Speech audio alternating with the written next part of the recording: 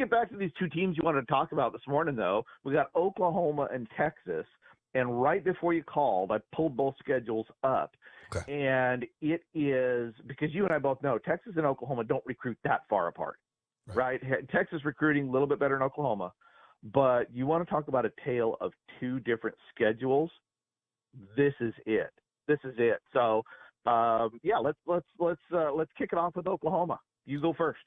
All right. I want to go their first four games. Temple. Yeah. Houston, Tulane, Tennessee, all in Norman. All in Norman. And I mean, we gotta go win, right across the board. If they don't start 3-0, they're not going to go to a bowl. I'll say that right now. They lose any of those three games, they are going to be sub 500. All right. Temple, that's a cakewalk. Houston, new coaching staff.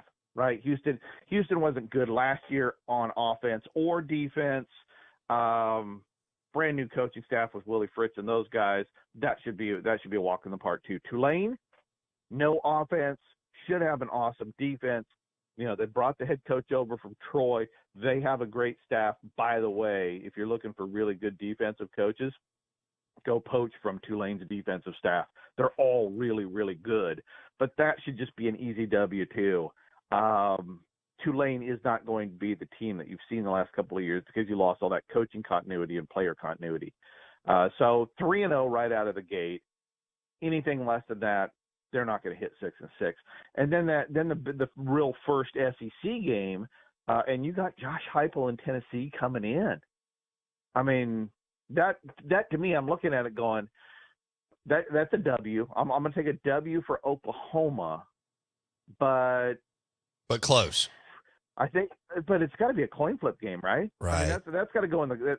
If we're looking at our buckets, how I like to break down a schedule is the wins, the losses, the coin flips, and we're going to say coin flip a lot in the next 3 minutes.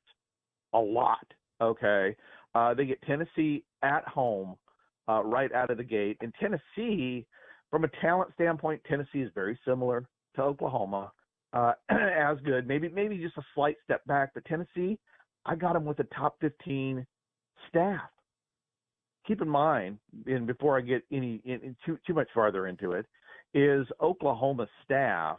We have them graded bottom half of the SEC. Just don't see this as that great of a staff. We have them coming in. They are 47th in the country. In overall staff. They are pretty similar. Some of their peers, Kentucky, Miami, Kansas, Minnesota, but 47 and top 15 is a pretty long ways apart. I'm still going Oklahoma to win that game at home. We're starting 4-0. I'm sticking with home field advantage, talent edge. I believe Oklahoma's going to win that. Neither one of us are going to be surprised if they lose that, right? So we're 4-0. Heading into, Tennessee is really the meat of the schedule, right? Because you got Tennessee, Auburn, Texas, South Carolina, and Oklahoma. Goes to Ole Miss. So there's five top 25 recruiters in a row. 5 top 25 recruiters in 4 weeks. That's more top 25 recruiters than Oklahoma's played in the last 4 years. Wow. So I think one of the difficulties for Oklahoma and Texas, I think one of the biggest difficulties is mentally getting up for the physicality, mentally getting up for the crowds. I think a lot of, can they play with these guys? Absolutely. Absolutely they can. But psychologically, they haven't had to. This is a new environment for them, home and road. So, by the time they get to that 5th week at Ole Miss, I think physically and mentally, it's going to be brutal. So we'll give them the win with Oklahoma, Tennessee. That's 4-0, and I think their first loss is coming at Auburn, week 5. Okay. Going to the Plains. So now we're at 4-1, playing Texas. Now Texas has better talent. I know it's still a neutral field, so you got better talent, better coaching. I'm taking Texas. Now we're 4-2. Mm-hmm. And then they get to host South Carolina, the 4th top 25 recruiter in a row. They're going to win that one at home. Now we're at 5-2. Now they have to go to Ole Miss. And this is where I find the schedule very, very interesting from the standpoint of Oklahoma at Auburn. You lean Auburn at home. Oklahoma at Ole Miss. You lean Ole Miss at home. Ole Miss has, doesn't quite recruit at the Oklahoma level, but their staff is top 5 in the country. They're at home.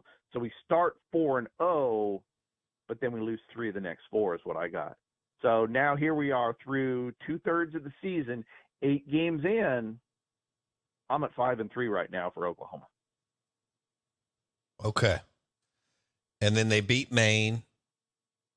They beat Maine, right? They go to Columbia, Bartoo. Right. And here's another coin flip. Right? Here's this is a toss-up game, man. Toss-up. Right? We got Tennessee toss-up. We got an Auburn toss-up. We got a Texas toss-up. We got Oklahoma at Ole Miss. I still say that's closer to a coin toss, right? A lot of 50-50 games, but nothing's really in their favor, right? These are all good staffs. They are all good recruiters. They got a bunch of road games in here. And now they get the week off. People listening right now are probably, well, they're coming off weekend at Maine, and that gets them right for going to Missouri, give them a good shot at Missouri. And I would agree with that to a certain extent, but the Missouri game is a brutal trap game because guess who's coming into Norman next week? Alabama.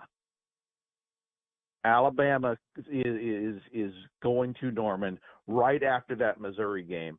And so for that reason, Missouri-Oklahoma coin flip, I'm leaning Missouri. Okay, so now we're 6-4. We're going to host Alabama. I know Nick ain't there anymore, but I ain't betting against them. Mm-mm.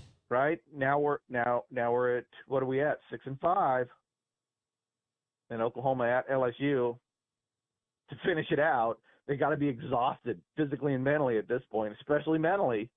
We're looking at 6-6, man.